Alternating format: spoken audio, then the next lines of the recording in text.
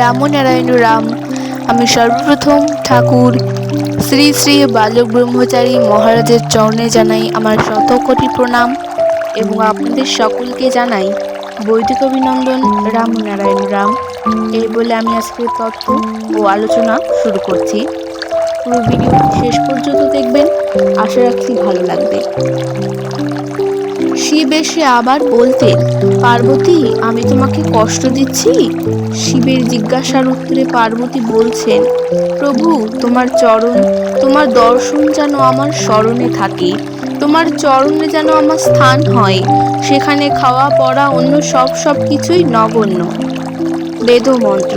শিব বেদ থেকে উদ্ধৃত করে বলছেন, পার্বতী, আমার উপরে তোমার পূজা হবে, তুমি আমার মাথার উপরে থাকবে, আমিও এত বড় হতে পারিনি, তুমি জগতে মা হয়ে থাকবে, তোমার পথকে যে চিন্তা করবে সে আমাকে পাবে, আমি এই ভূমিতে ভূমিষ্ঠ হয়ে ভূমিতলে পড়ে আছি, তোমার যে পদসেবা করবে সে আমাকে পাবে, আমি মঙ্গলময় জীবলোকের মঙ্গল করব। এই আশীর্বাদ করে শিব চলে গেলেন। যাবার আগে শিব বললেন, পার্বতী, তোমাকে ছুড়ে দিলাম সূর্যে, ছুড়ে দিলাম চন্দ্রে। তাই পার্বতীর সমস্ত অঙ্গ প্রত্যঙ্গে রয়েছে চন্দ্র সূর্য।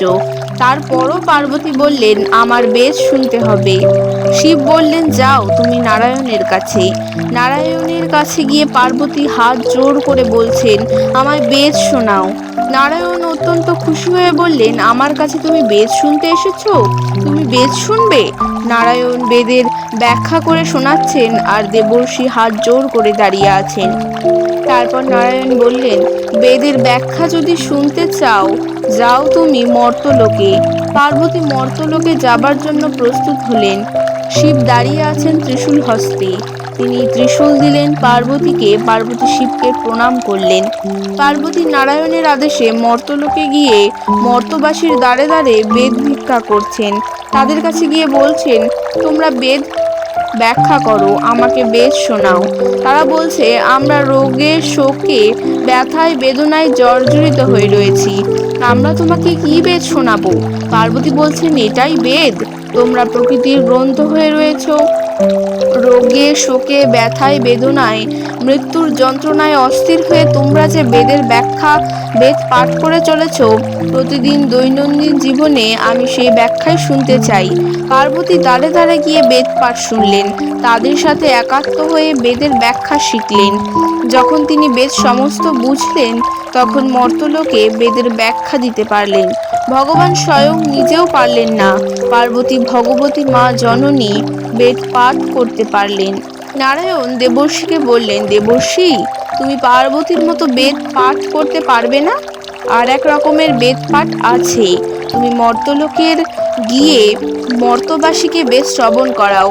মর্তলোকের বেদ পাঠ, মর্তলোকের সেবা, মর্তলোকে শুধু তুমি নাম ধ্বনি শোনাও, তা থেকেই হবে বেদ পাঠ।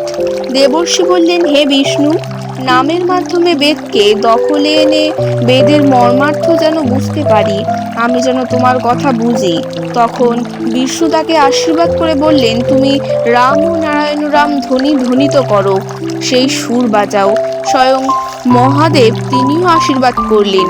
দেবর্ষি তখন আজ্ঞাচক্রে সহস্রারে সেই সুর বাজালেন। মা জননী স্বয়ং দাঁড়িয়ে রইলেন। তিনি বললেন, আমি মা, তোমরা সব আমার সন্তান, কার্তিক গণেশের মতো তোমাদেরও আমি কোলে নেব, তোমরা সব পরম স্নেহে পরম যত্নে আমার কোলে বুকে থাকবে। তিনি দেবর্ষিকে বললেন, বলো রামনারায়ণ রাম। নারায়ণ রূপে শালগ্রাম, শিলারূপে উজ্জ রাখো রামনারায়ণ রাম, উজ্জ রাখো শিবশক্তি নাম, বলো রামনারায়ণ রাম, রামনারায়ণ রাম, রামনারায়ণ রাম, বলো রামনারায়ণ রাম। বেদ শুধু মানুষের জন্য নয়, সমস্ত জীবজাতি, পশু পাখি, কীট পতঙ্গ সবার জন্যেই বেদ। বেদের যে আদি সুর, যে বেদ বিজ্ঞানসম্মত, সেই সুর শুধু ভারতবর্ষে নয়, হাজার হাজার বছর পূর্বে সমস্ত পৃথিবীর বুকে এক সুন্দর সমাজ গড়ে তুলেছিল। তৎকালীন যুগের বেদজ্ঞরা তার অন্তর্নিহিত অর্থ নিয়ে বেদের যে সাধনা করেছিলেন তা ছিল সম্পূর্ণ যুক্তিসঙ্গত। বেদের বিজ্ঞানসম্মত অর্থ তুলে ধরলে, সেইভাবে বেদভিত্তিক সমাজ ব্যবস্থা গঠন করলে সমাজে পরম শান্তি ও শৃঙ্খলা বিরাজ করত। আজ সব কিছুই বিপরীত হয়ে গেছে।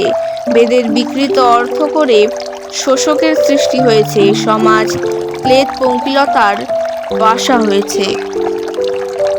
বেদ শুধু মানুষের জন্যই নয়, সমস্ত জীবজাতি, পশু পক্ষী, কীটপতঙ্গ সবার জন্যই বেদ। আকাশ বাতাস মাটি যেমন বিভক্ত হয় না, বেদও তাই। যেথায় নেই কোনো ভেদাভেদ, তাই তো বেদ।